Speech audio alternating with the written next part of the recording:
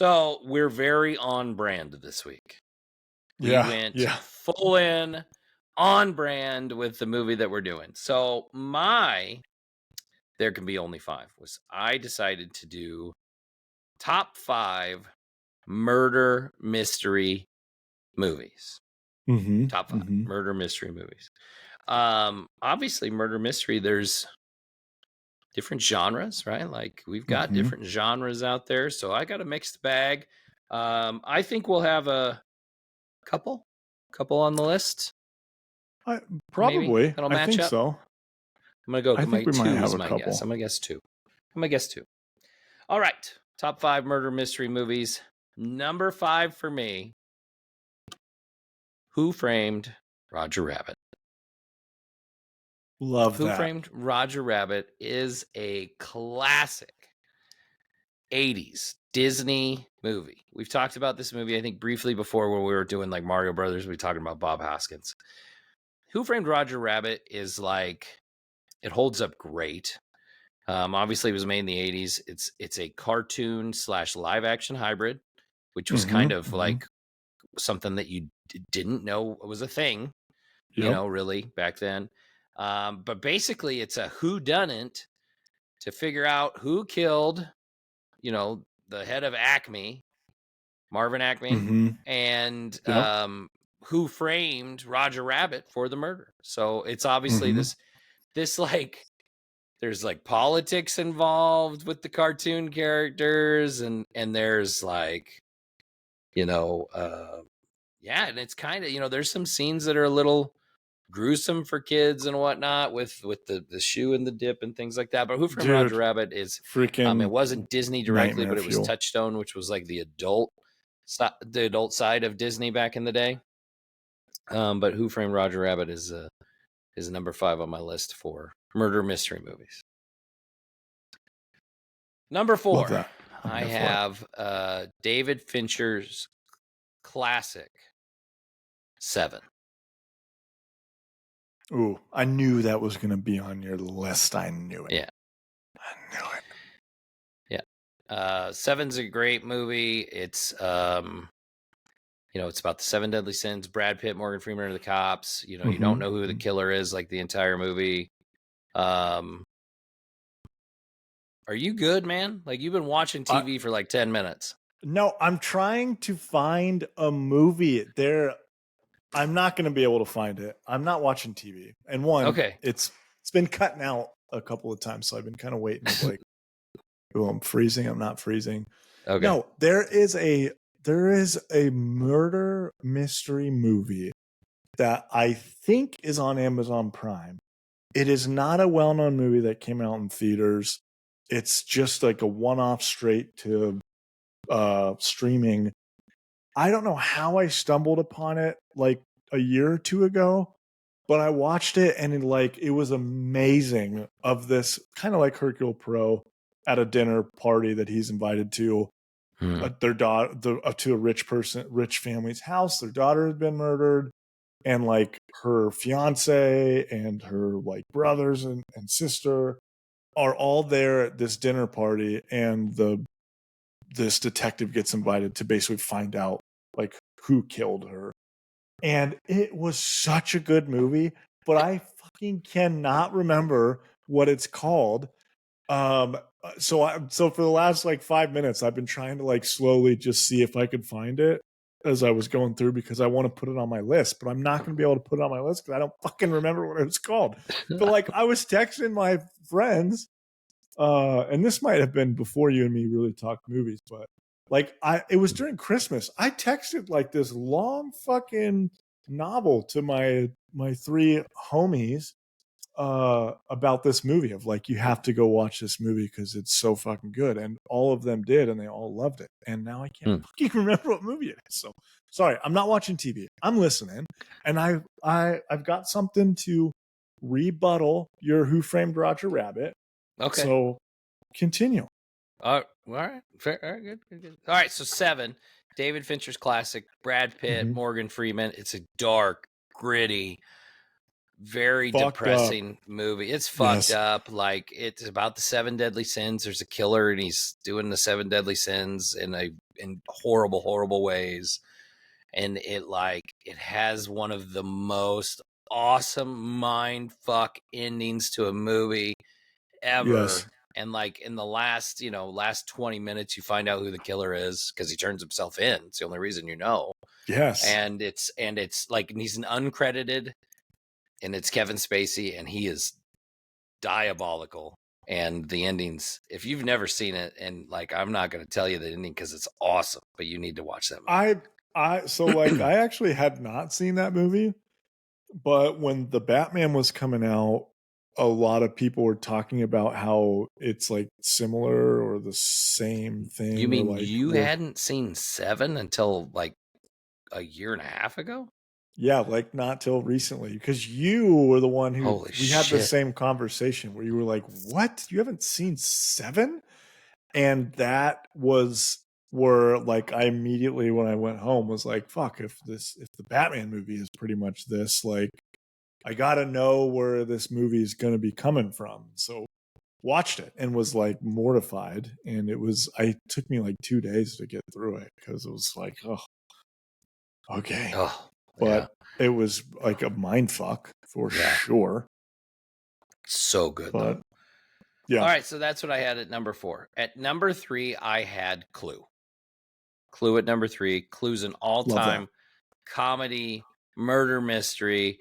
I mean, like, Tim Curry's the freaking GOAT as the butler. Dude. Like, he's awesome. Yes. The entire cast is great. It's all like 80s who's who. You know, it's like Michael McKean, Christopher Lloyd, Martin Mull, like who else? Like, it's awesome. It's like, if you've never seen it, it's hilarious. It's great. When it came out in movie theaters showed different endings. Like different theaters had different endings to the movie on who the killer was. I think like if you get like that is some fucking awesome diabolical brilliant stuff. It is. And like it's such a great movie. It holds up. It's based on the board game, but it's really good. But definitely watch it because the DVD I think has every different ending on it, so you can actually watch them all. Can we talk about Tim Curry? He is iconic in every role that he's ever played. Like, truly a memorable character in every role. There are people that probably like wouldn't know the name Tim Curry, especially younger generation, because he's had health issues for a while and hasn't done anything in a very long time. But like, you could say, you know, like he's Pennywise from the original It, or he's Rocky Horror. He's the guy from Rocky Horror. He's Frankenfurter. He's from Rocky Horror. He's that fucking dude, the iconic dude from Home Alone 2. The crazy smile. The credit card's not working. Oh yeah, the bellhop. the concierge. And then he's Long John Silver, right? Isn't that who he plays in Muppets Treasure Island? Fucking a Muppets Treasure Island, which is a fucking great movie. And the one I think that most people don't know he was in, and I don't think you've ever seen this movie, is Ridley Scott's Legend with Tom Cruise. Tim Curry was the Lord of Darkness. If you don't know, it's the coolest version of like the devil, but not the devil, ever on film. If you have Google Tim Curry as the Lord of Darkness, and you will see that image and you will be like, there's no freaking way that's Tim Curry. It's like wild. It's like a 1980s prosthetic job of Ron Perlman as Hellboy, but terrifying. Like with the whole body suit, like red paint, like giant horns. It's wild. Wasn't Legend the movie that you and I looked up like sequels to that were made that were just like horribly bad? Or am I thinking like Leprechaun? I can't remember. I think something else. I don't think they ever made a sequel to Legend. You and I watched a horror movie and then you were like, dude, they actually have come out with sequels to this, and we looked them up and they were super low budget, and they are like, I think it was like they're in an apartment building, maybe. Oh, we were talking? We were talking about something, and I pulled up the trailer for Troll and Troll 2. is what it Yes. was. And it was, I can't remember why we Yes. were talking about it, but I was like, have you ever seen Troll? I don't remember how the conversation went. And you're like, no. And I'm like, and Troll 2 might be the worst movie ever made in the history of the universe. And then when we Googled it, it was literally like listed as the worst movie ever and made. it was filmed as something totally different. It wasn't supposed to be a sequel to Troll, and they just slapped Troll 2 on it for no reason. Yes. And how anyway, shocking was it that Troll 2 popped up and not The Flash when we looked up worst movie ever made? Oh, I'm just kidding. I'm just kidding. I felt like we haven't talked about that in a while, and we're I feel like at that's the movie. now become our thing. I know, but I gotta say it. So we're at a haunting in Venice tonight, and the trailer for The Marvels comes on, and Kyle audibly goes, "Barf!" like super loud. And I look over and I said, "If I had to watch The Flash, you're sitting through The Marvels." And he's like, "Oh god!" Yeah, the whole fucking theater thought that was funny. By the way, they did. That it you just said got barf, super so, quiet. He said barf. Barf. Oh, it's hilarious. All right. So Clue was number 3. Number 2, we are off the rail. We're never recording after midnight again. That's fine. nuts. Yeah, I've lost my mind.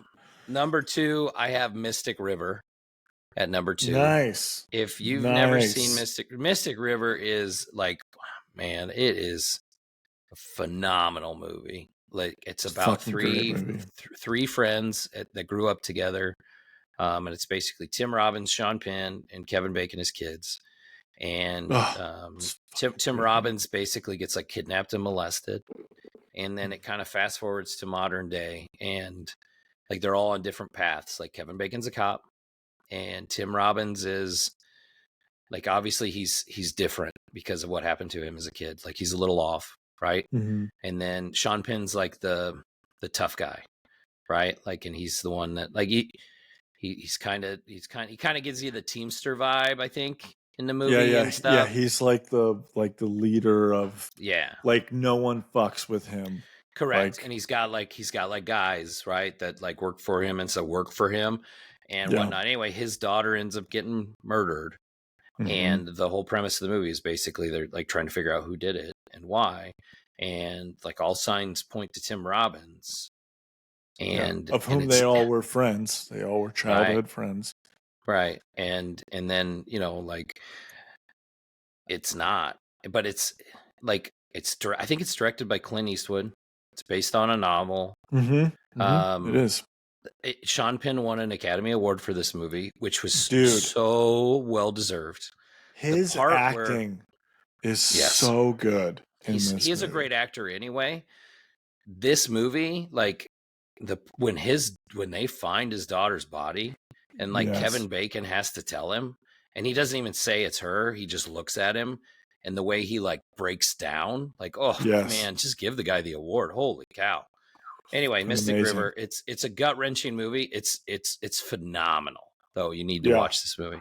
Yeah. Anyway, I have that at number 2, and then my number 1 murder mystery movie of all time. This is a movie that is in my top 5 favorite movies of all time. When this came out, like I was a teenager, I loved this movie from the moment I saw it. I think it's an all-time classic. This was like, there were people in this movie that weren't super famous yet, and this movie shot them off like a rocket. LA Confidential. Oh, nice. Like Kim Basinger won an Oscar for this. It was nominated for Best Picture. It was nominated for a ton of awards. Like it's basically about 3 cops: Kevin Spacey, Russell Crowe, and I don't think Russell Crowe wasn't big in America yet, right? And then Guy Pearce is the third one, and like James Cromwell, Danny DeVito's in it. Like it's like old timey Hollywood.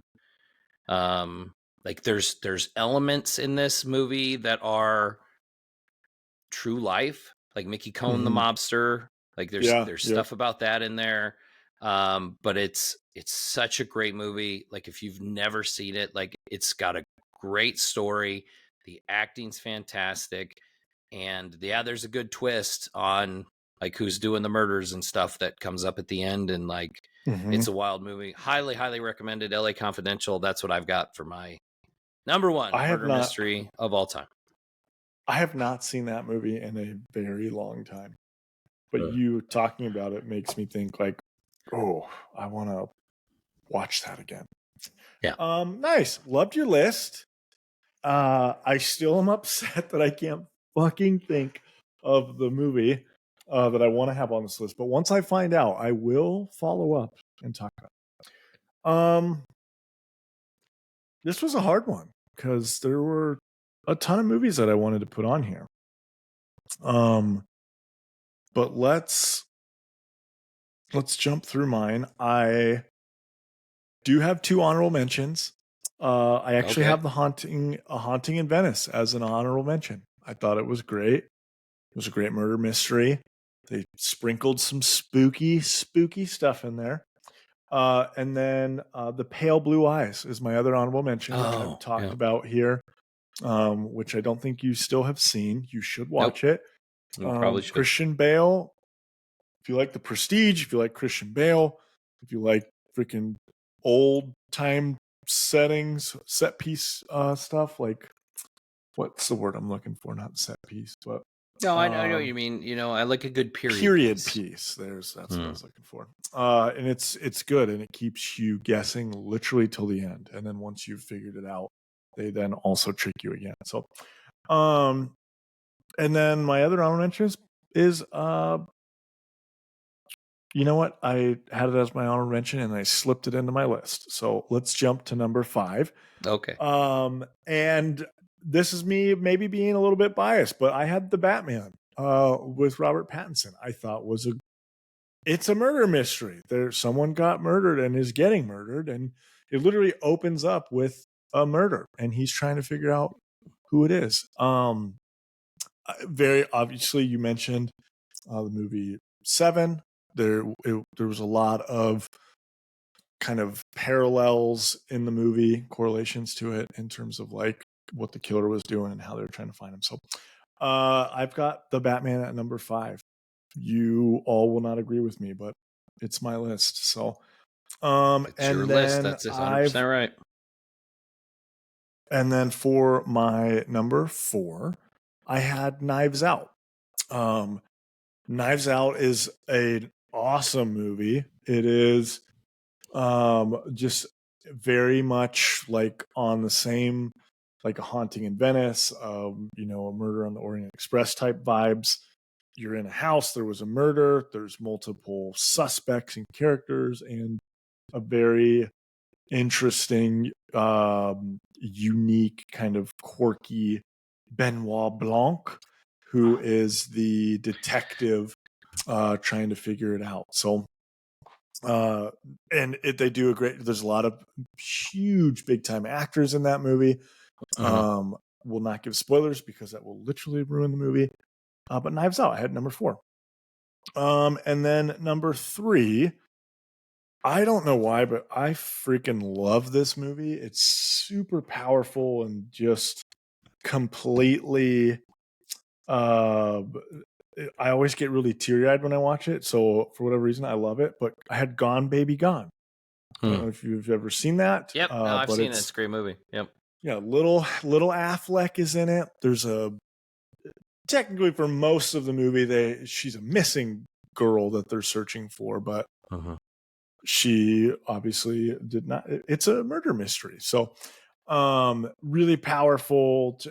Basically, Affleck is trying to unravel this, like what happened to this girl, and then finds out that there's more of them that very similar. There might be actually a serial killer on the loose, and there's a kind of a twist ending that we get in it. So I freaking love Gone Baby Gone. And then number 2, my murder mystery, I have Clue. A lot of people would say this is their number 1 murder mystery movie of all time. It is a classic, like you said. My good friend Ken Zeiger, Clue is his all-time favorite movie. And anything that has a character as Mrs. Peacock in it, I'm gonna love. So Clue is great. If you haven't seen it, that's a shame, and you all should go see it. And then my number 1 murder mystery movie of all time, Mystic River. Nice. This movie is, I'm not going to go into details so we already talked about, but it's powerful. It is an all-time classic movie that has some of the best like acting you will ever see. And as someone who is now a parent, obviously I would never wish to be in any type of situation like that, but like just you automatically put yourself in those shoes and how you would feel and what you would do as a dad if something happened to your kid. Like what like lengths would you go to? So Sean Penn is freaking awesome in it, and there's a super sad ending. But it's great.